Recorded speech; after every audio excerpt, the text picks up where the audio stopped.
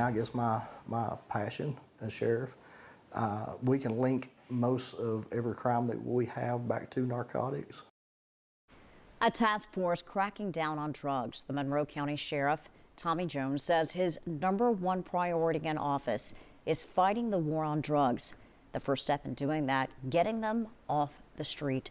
Reporter Mary Klingler joins us tonight to explain how they're doing just that. Mary?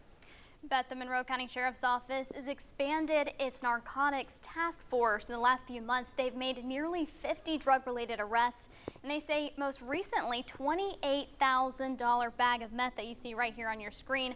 They say that most of the drugs come from Knoxville.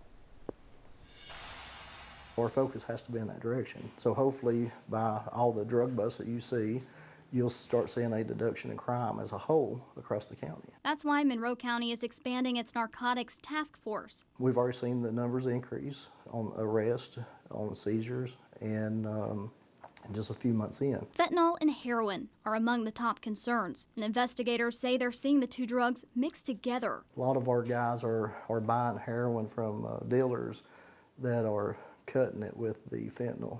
As we know, none of these guys are chemists, so they don't know what they're doing. Detective Conway Mason worked in drug investigations until 2014. Back then it was prescription medication, cocaine, things like that. He says when it comes to drugs, things have taken a turn for the worst. If you got a half ounce, that was a lot.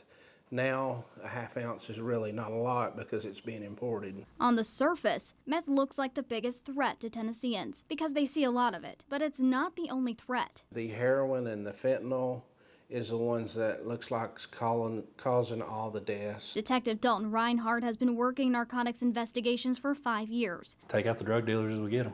Since becoming a new father, his drive to get drugs off the street has shifted into more of a passion. I want to remember that I actually tried to make a difference and tried to keep kids from getting on this stuff. That problem is they need treatment, and they're not receiving that.